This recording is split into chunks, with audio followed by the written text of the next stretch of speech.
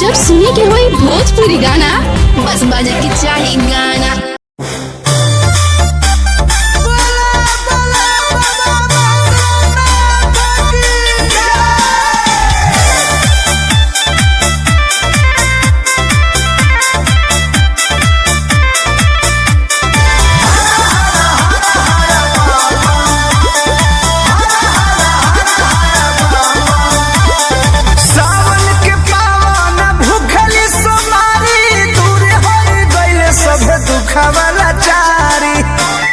काहे हो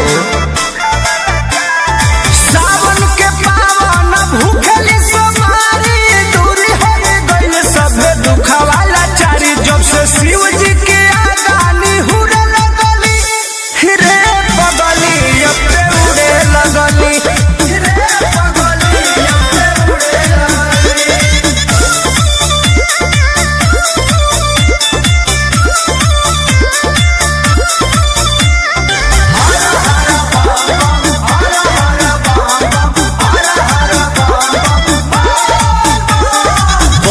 से ज्यादा तोहर होता परगति कृपा देखौले बाड़े गौरा के पति।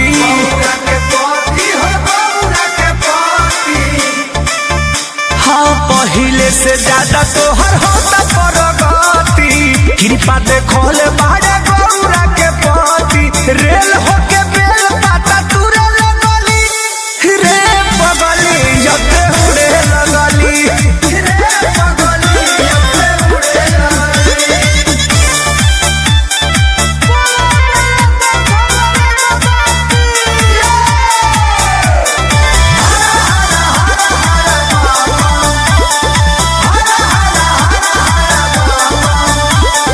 कृष्णा बेदर्दी पर मोद ढारे जलावा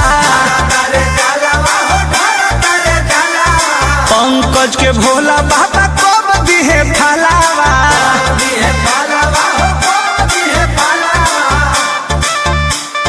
कृष्णा बेदर्दी पर मोद ढारे जलावा पंकज के भोला बाबा